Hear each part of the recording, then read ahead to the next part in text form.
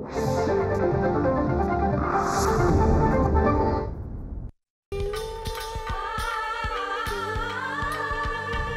रात्र म्हणव्याची, ही रात्र तेजाची, ही रात्र म्हणव्याची, ही रात्र तेजाची. उठा पेटवा ग सारेच फलिते, नका घाबरू ग पाहून जळीते. उजेडाची आस, प्रकाशाचा ध्यास, ही रात्र म्हणव्याची, ही रात्र तेजाची.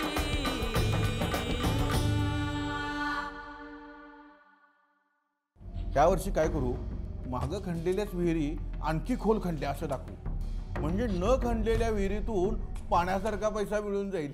या केरूवर दबाव आणून त्याची जमीन त्याला विकायला लावली. कलेक्टर साहेबांनी विकायला लावली. सर, ती अनधिकृत बांधकामं हटवण्याची मोहीम आपणच सुरू केली आणि मग अचानक आपण आदेश काढून ती बंद केली. येस, माझ्या अधिकारात तो निर्णय घेतलाय. आपल्या देशातल्या व्यवस्थेत स्वार्थासाठी अधिकाराची खुर्ची कशा तऱ्हेने वापरली जाते, तुलनात्मकदृष्ट्या अधिकाराच्या छोट्या खुर्चीवर बसलेल्यांची कशी गळचेपी केली जाते, या छोट्या किंवा मोठ्या खुर्च्यांपेक्षा प्रामाणिक आणि अप्रामाणिक वृत्तींमध्ये लढा कशा तऱ्हेने सुरू होतो हे आत्ता आपण पाहिलं. हा लढा, हे युद्ध इथेच संपणार आहे की पुढेही अव्याहत असंच चालू राहणार आहे, हे आता पुढे पाहूया.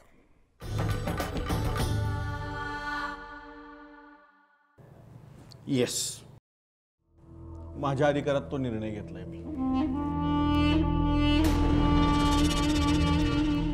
Any problem?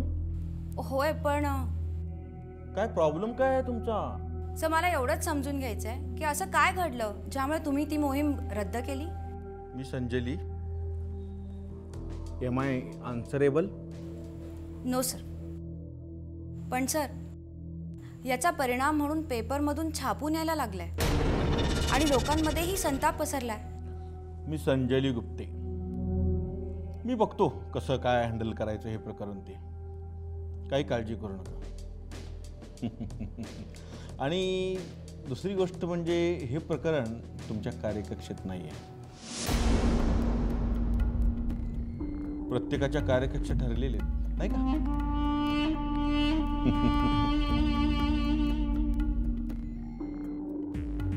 तुम्ही नवीन आहात, खूप गोष्टी अजून शिकायच्या आहेत. पण सर, जी जनता वाहतुकीचा प्रश्न सुटणार म्हणून आपल्याला दुवा देणार होती, आता तीच माणसं आपल्या नावाने खडे फोडणार. काय बिघडलं? बोंबलू द्यात ना. शासकीय निर्णय घेताना कोणाचा फायदा होतो, कोणाचा तोटा. सर, लोककल्याणकारी राज्याचे प्रतिनिधी म्हणून आपण इथे बसलेलो आहोत ना. आपण लोकांचा, जनतेचा विचार करायला हवा, त्यांचा फायदा बघायला हवा. म्हणजे काय म्हणायचं काय आहे तुम्हाला? एवढंच. आपण बिल्डरांचा फायदा करताना जनतेचे हाल होऊ देता कामा नये. बस इतकंच? Anything else? सर, ती फाईल ठेवून जा इथं. मी पुन्हा एकदा बघतो. तुम्ही जा आता. यू मी गो. अरे एवढा वेळ झाला, चहा नाही घेतला आपण. तांबे, अहो मॅडम आल्या, मीटिंग झाली, चहा हवाय मला. No sir, thank you. मी निघते आता.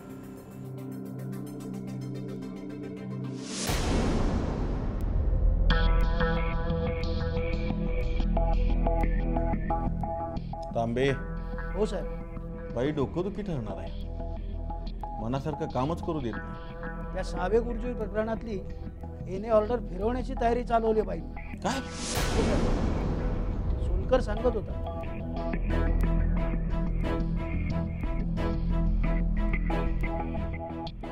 बर, बघूया काय करायचं ते उद्या.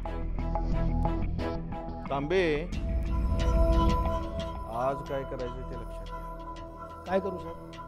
सावे गुरुजींच्या प्रकरणाची फाईल आणि अनधिकृत बांधकामाच्या प्रकरणांची फाईल, दोन्ही फाईल कोल्ड स्टोरेजमध्ये घाळ करा.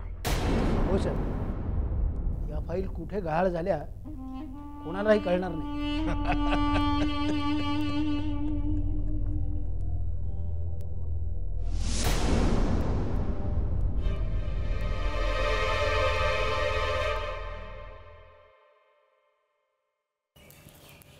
मॅडम डाग आले.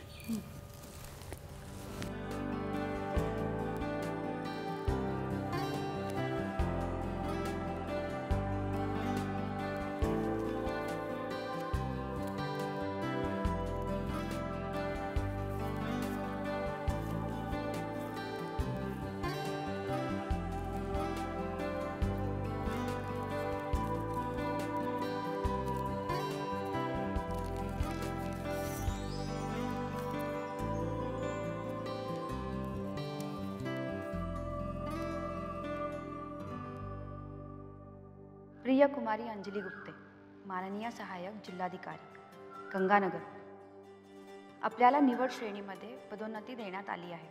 आपली बदली जिल्हाधिकारी तथा जिल्हा दंडाधिकारी विराटनगर म्हणून करण्यात आली आहे.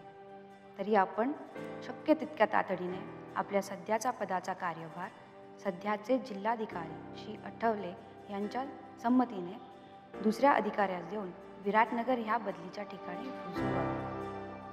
पदोन्नतीबद्दल आपले मनपूर्वक अभिनंदन. आपला विश्वासू मोहन चितळे, राज्य मुख्य सचिव.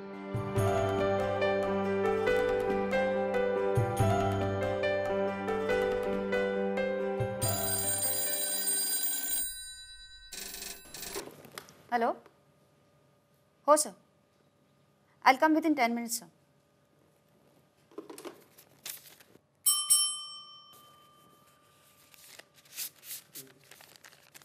हे बघ, मी आठवले साहेबांकडे जाऊन येते. तोपर्यंत कोणी आलं तर सोलकरांना थांबवून ठेवायला सांग.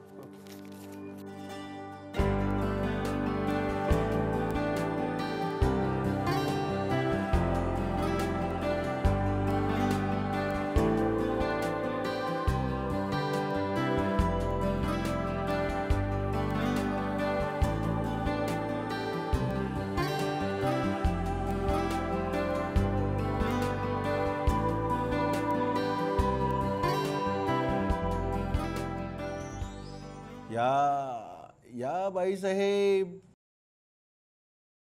अभिनंदन बाईसाहेब. बाईसाहेब? ओ, तुम्हाला आवडलं नाही का? सॉरी. नाही सर, तुम्हाला असं काही बोलण्याची गरज नाही. नाही कसं? अहो, आम्ही एक एक पायरी चढत चढत इथवर आलो आणि तुम्ही डायरेक्ट लिफ्टनं इथं आलात, माझ्या बरोबरीला आला. जिल्हाधिकारी, जिल्हा दंडाधिकारी झाला. तुमच्या बढतीच्या आदेशाची प्रत माझ्या हातात पोचली आणि मला खूप आनंद झाला. म्हटलं फोनवर तुमचं अभिनंदन करण्यापेक्षा तुम्हाला प्रत्यक्ष इथं बोलवूनच तुमचं अभिनंदन करावं. अहो, तुमच्या ऑर्डरवर खुद्द मुख्य सचिवांची सही आहे. म्हणजे ती असणारच ना? बरोबर आहे, बरोबर आहे. तुम्हाला काहीच महत्व नाही हो त्याचं, कारण तुम्ही त्यांच्यातल्याच. त्यांच्यातल्याच म्हणजे? सवर्ण, दिल्लीहून आलेल्या, IAS झालेल्या. अहो, आम्हाला मुख्य सचिवांची सही म्हणजे साक्षात ब्रह्मादेश. नुसती सही बघितलं तरी कापरं भरतं आमच्या हाताला. Very good, very good. वा वा, पुन्हा एकदा अभिनंदन. Thank you sir. मी माझा कारभार कोणाला सोपवू हे जर एकदा ठरवलं तुम्ही तर फार बरं होईल. I know, I know. मला तुमची घाई समजू शकते मिस अंजली. अहो, एकदा बढती झाल्यावर कोण आपल्या जुन्या जागेवर थांबायला बघतोय? सर तसं काही नाही. I know, I know. पण जाण्यापूर्वी 4 हिताच्या गोष्टी सांगायच्या म्हणतोय. सांगू का? मला ठाऊक आहे तुमच्यासारख्या तरुण, हुशार, सुंदर तरुणीला आमच्यासारख्यानं सांगितलेलं नाही आवडायचं. तुम्हाला आवडणार नाही तरी बी सांगतोच.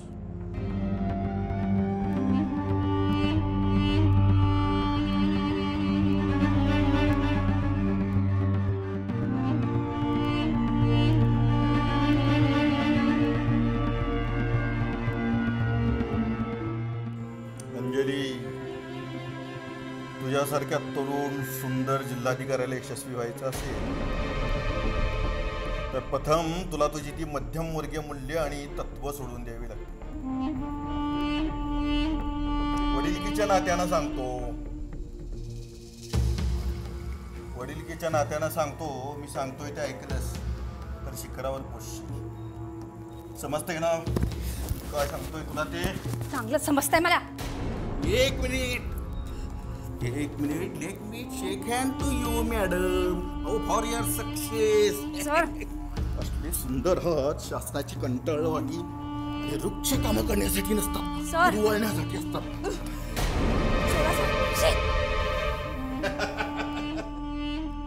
ही नुसती सुरुवात आहे अंजली, नुसती सुरुवात.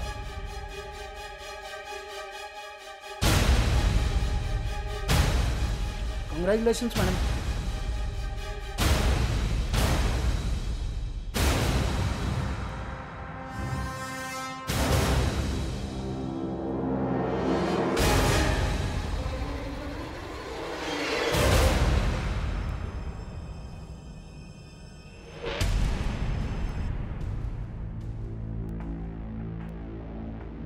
असले सुंदर हात शासनाची कंटाळवाणी हे वृक्ष कामं करण्यासाठी नसतात, सर. वळण्यासाठी असतात. नुसती सुरुवात आहे अंजली, नुसती सुरुवात.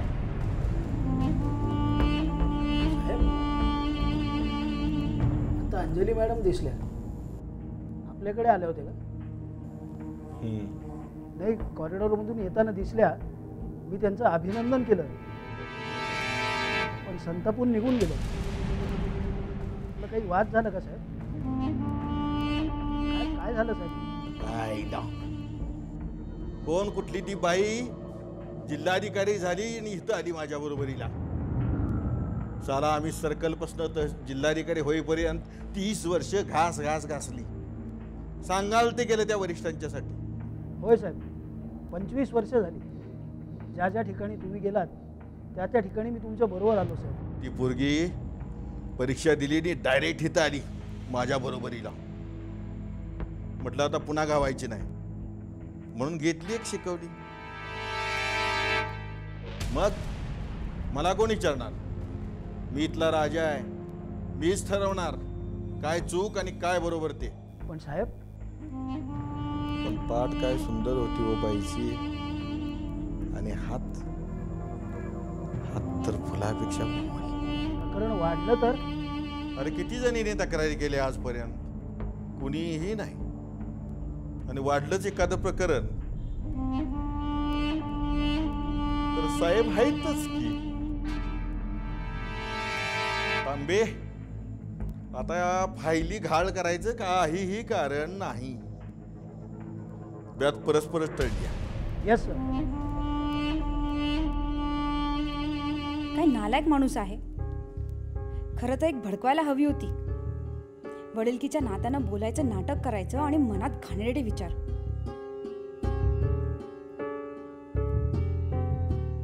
एवढं उघडपणे वागण्याचं धाडच आलं कुठून यांच्यात?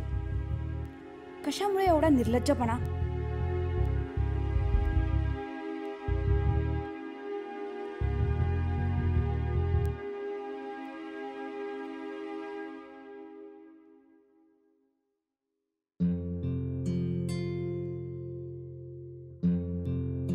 अभिनंदन मॅडम. थँक्यू.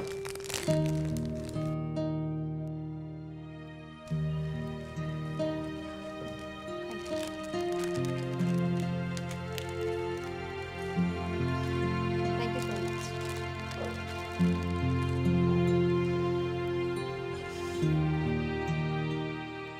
मॅडम, आपल्यासारख्या प्रामाणिक अधिकाऱ्यांनी इथून जावं याचं खरंच खूप वाईट वाटतंय. खरंच? खरंच म्हणजे काय? खरंच मॅडम. बरं, सगळ्या स्टाफनी मिळून आपल्याला निरोप समारंभ द्यायचं ठरवलं आहे. निरोप समारंभ वगैरे काहीही नको. का मॅडम? मला आवडत नाही ते. निरोप समारंभामध्ये लोक खोटी स्तुती करतात, नको त्या गोष्टींचं क्रेडिट देतात. लोकांची इच्छा नसतानाही त्यांच्याकडनं वर्गणी गोळा केली जाते आणि मग त्यात जमलेल्या पैशामध्ये निरोप समारंभ ऑर्गनाईज करणारी लोक पुढचे 4 दिवस अजून पार्ट्या करत बसतात. तेव्हा निरोप समारंभ नको.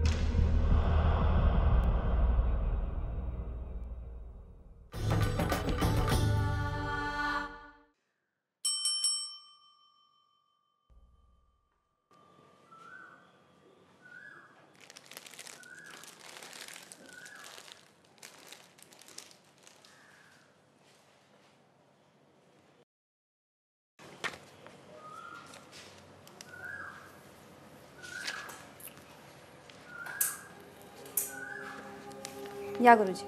हो. बसा.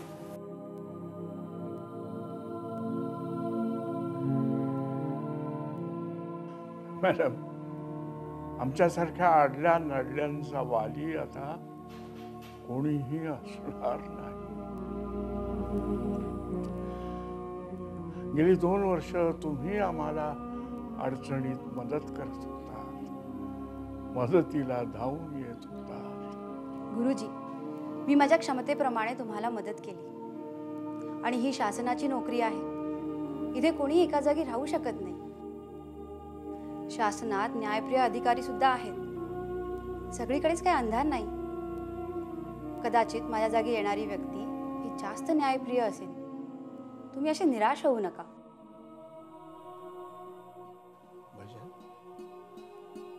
पण आपण म्हणाला तर तशी ऑर्डर अजून मिळालेली नाही ना. अहो सावे गुरुजी, तुमची फाईल आठवले साहेबांसमोर आहे. त्यांची सही झाली की देतो ना मी तुम्हाला. उगाच कशाला घोड्यावर आल्यासारखं करताय? अहो मॅडम आता जायच्या गडबडीत आहेत. उगाच जाताना त्यांना कशाला त्रास देताय? त्यांच्यापैकी आता नवीन साहेब आले ना की त्यांची सही घेऊन देतो हा मी. गुरुजी, सगळ्यांना मी इथून कधी जाते असं झालंय. पण तुम्ही चिंता करू नका. तुमच्या फाईलवर मी नोटिंगच असं केलंय की आठवले साहेबांना सही करावीच लागेल. माझ्या नोटिंगचा अर्थ ते व्यवस्थित समजतील. ते हुशार आहेत आणि मी काही फार लांब नाही आहे. इथे जवळच विराटनगरमध्येच आहे. त्यामुळे तुम्हाला हवं तेव्हा तुम्ही मला येऊन भेटू शकता.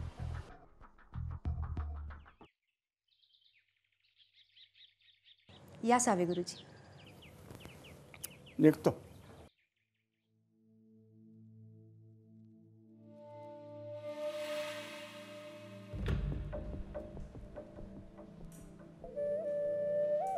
आम्ही काय करणार मॅडम? आम्ही हुकमाचे ताबेदार. सोलकर, स्वकल्याणापेक्षा लोककल्याणाचा आनंद जास्त असतो.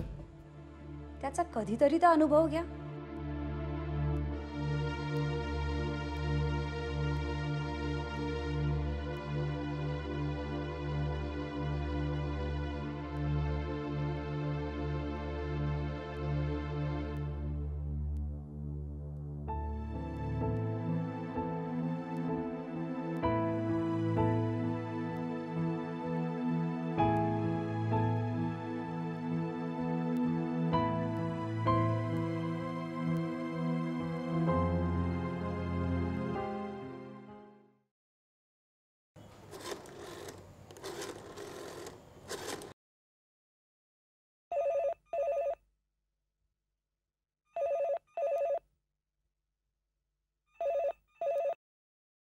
हॅलो बाबा, हां.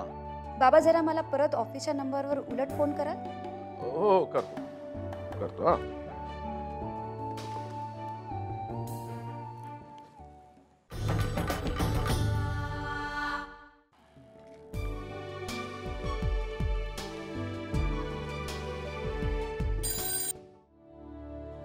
हा काय ग अंजू, बाबा अचानक या वेळेला फोन केलास? बाबा मला तुम्हाला एक गुड न्यूज द्यायची आहे. ओळखा बघू काय ती. मला माहिती आहे काय गुड न्यूज देणार आहेस ते. खरंच? तुम्ही कसं ओळखलं बाबा? बरं सांगा बघू काय ते. नाही पण मला ते तुझ्या तोंडून ऐकायचंय. बाबा तुम्ही अगदी पक्के आहात. बाबा मला प्रमोशन मिळालंय. आय एम कलेक्टर नाव. ओह माय गॉड, माझी मुलगी कलेक्टर झाली. येस बाबा. तुझ्या कष्टाचं फळ आहे बेटा. नाही बाबा, लेकीचं बोट धरून तुम्हीच तिला रस्ता दाखवला. मला आठवतंय बाबा, तुम्ही माझ्यासाठी रात्रभर जागत असायचा. मी अभ्यास पूर्ण करावा म्हणून तुम्ही सतत माझ्याजवळ बसून असायचा. हे सगळं श्रेय तुमचं आहे बाबा.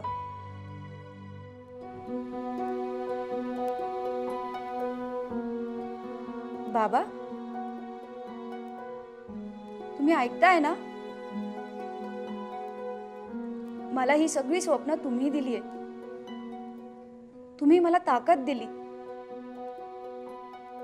माझं ध्येय पूर्ण करण्यासाठी तुम्ही सतत माझ्यासोबत होता बाबा. बाबा बाबा तुम्ही ऐकताय ना? ऐकतोय. बोल. बाबा बाबा मला तुम्हाला भेटायचंय. मी घरी येते 8 दिवसांच्या सुट्टीवर. मग आपण खूप बोलूया. ओके? ये बेटा ये. बाय बाबा. ठेव.